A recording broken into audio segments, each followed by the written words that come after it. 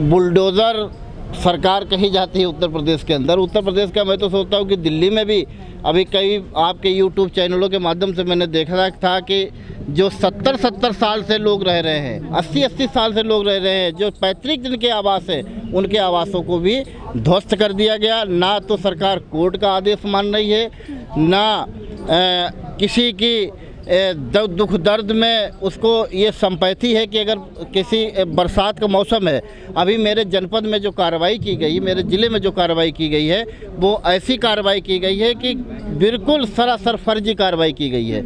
लेकिन ये दिखाया गया है कि एक जात विशेष के लोगों को टारगेट किया जा रहा है। उनको मालूम है कि जात विशेष के लोगों को टारगेट करेंगे तो जो 85% SC ST OBC लोग हैं ये खुश होंगे और हिंदू के नाम पे सब इकट्ठा होंगे और बीजेपी को वोट करेंगे।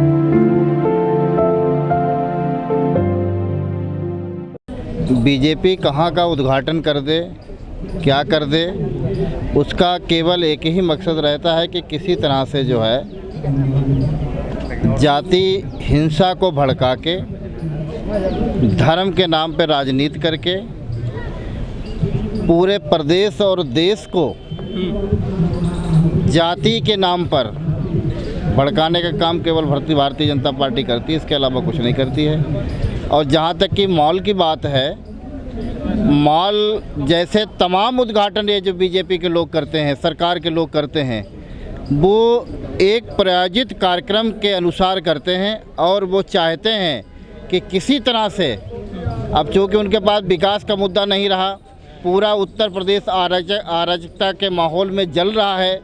पूरा उत्तर प्रदेश के ऊपर आप देख रहे हैं कि बुलडोज़र जैसी कार्रवाई हो रही। कार्रवाई किनके ऊपर हो रही है ये भी आप देख रहे हैं। एक जात विशेष के लोगों को चिन्हित करके उनके ऊपर कार्रवाई हो रही है। फर्जी मुकदमे लिखे जा रहे हैं, फर्जी उनके ऊपर गैंगस्टर लगाई जा रही है, फर्जी तरीके से उनके ऊपर गैंगस्टर लगा के उनकी जो पैतृक संपत्ति है,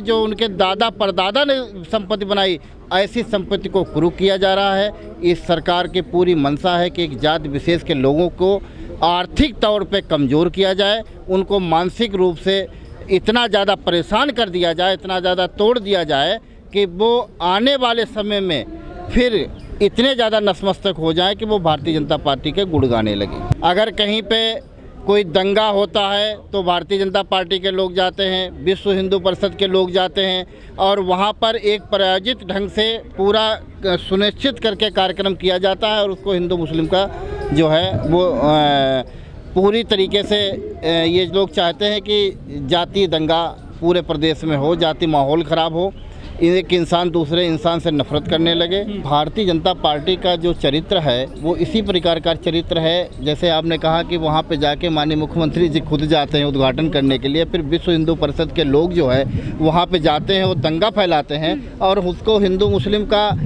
रूप दे दिया जाता है। तो देखिए, ये उनका चरित्र कोई नया चरित्र नहीं है। बीजेपी आज पूरे देश के अंदर जो राज कर रही है, पूरे कई प्रदेशों में और देश के अंदर जो राज कर रही है, केवल इसी मुद्दे पर राज कर रही है।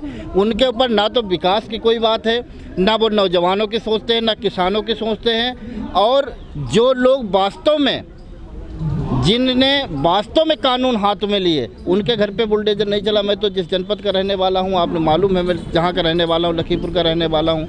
बुलडोज़र किनके घर पे चल रहे हैं? बुलडोज़र उनके घर पे चल रहे हैं कि जिन्होंने भारतीय जनता पार्टी के खिलाफ वोटिंग की है। उनके पोल चेक किए जाते हैं कि वहाँ पे कितने वोट मिले हैं, उनको चिन्हित किया जाता है और चिन्हित करने के बाद में फिर उनके ऊपर कार्रवाई की जाती है। कार्रवाई फर्जी तरीके से की जाती है और उनको बेघर कर दिया जाता है। यूट्यूब चैनल और सोशल मीडिया का जब से युग आया है, तब से मैं मानता हूँ कि इस देश के अंदर भगवान बुद्ध ने पुनः जन्म ले लिया है, बाबा साहब का पुनः जन्म हो गया है। नहीं तो जो चौथा स्तंभ है देश की मीडिया, वो इतनी पूरी तरीके से बिक गई है कि जितनी सरकार चाहती है उतना ही ये लोग बोलते हैं। मैं धन्यवाद देना चाहता हूँ आप लोगों के माध्यम से कि आप लोग कम से कम सही बात सही जनता तक पहुंचाने का काम करते हैं। और हम लोग भी अगर वाइट भी देते हैं तो आप छोटे छोटे चैनलों को देते हैं, बड़े चैनलों से हम लोग बात ही नहीं करते हैं। और हम तो विशेष तौर पे अपनी पार्टी पॉलिटिकल जस्टिस पार्टी के वर्करों से भी ये बात कह दी है कि भाई ठीक है, जब ये बात तोड़ मरोड़ के छापते हैं, कहीं पे एट्रोसिटी हो जाती है, वहाँ पे जो सही बात है वो नहीं दिखाए जाते। फर्जी मुकदमे, एक दिन में 4-4 मुकदमे लिखे जाते हैं। आप एक बताइए, एक आदमी पुलिस डिपार्टमेंट में जो लखनऊ में डीजीपी ऑफिस है वहाँ जाता है अपनी फरियाद को लेके, उसका सीसी कैमरा है वहाँ पास बना है, उस आदमी को दिखा दिया जाता है कि यहाँ पे घटना हुई है और घटना ये जो यहाँ पे लड़ाई झगड़ा हुआ है फर्जी घटना हुई है और उसकी चार्जशीट भी लग जाती है। सोचिए कितनी विडम्बना की बात है। एक आदमी वहाँ लखनऊ में बैठा है, उस सीसी कैमरे में है, उसका डीजीपी कार्यालय में बाकायदा रिसेप्शन पे पास बना है और उस आदमी को भी मुलजिम बना दिया जाता है और मुलजिम बना के उसके ऊपर फर्जी गैंगस्टर लगाई जाती है, उनकी 41 की कार्रवाई करके उनकी सारी संपत्ति को कुर्क किया जाता है। और ये मालूम है, सरकार को भी मालूम है, वहाँ के प्रशासन को भी मालूम है कि जो उनकी पैतृक ज़मीनें हैं उनको भी उन्होंने बता दिया कि ये फर्जी तरीके से ज़मीनें जो हैं फर्जी संपत्ति अर्जित की गई, उसको सरकार ने पूरी तरीके से कुर्क कर लिया। ये पूरी तानाशाही सरकार है। और मैं देख रहा हूँ कि जहाँ तक जुडिशियल की बात है, इस समय जो है जजमेंट नहीं होते हैं, केवल आर्डर पास होते हैं। तो इस समय पूरे देश के अंदर जो है बड़ी स्थिति भयावह बनी हुई है और भारतीय जनता पार्टी के लोग जो हैं किस तरह से जब इलेक्शन आता है कि इसको दूसरे तरीक़े से ले जाते हैं। अब इनके पास कोई मुद्दा उद्दा नहीं बचा है। हम लोग धीरे धीरे आप लोगों के चैनल के माध्यम से, चूँकि सिस्टम ख़राब हो गया है, धीरे धीरे चैनलों के माध्यम से जनता तक बात पहुँचाने का काम कर रहे हैं और निश्चित तौर पर एक दिन बदलाव आएगा।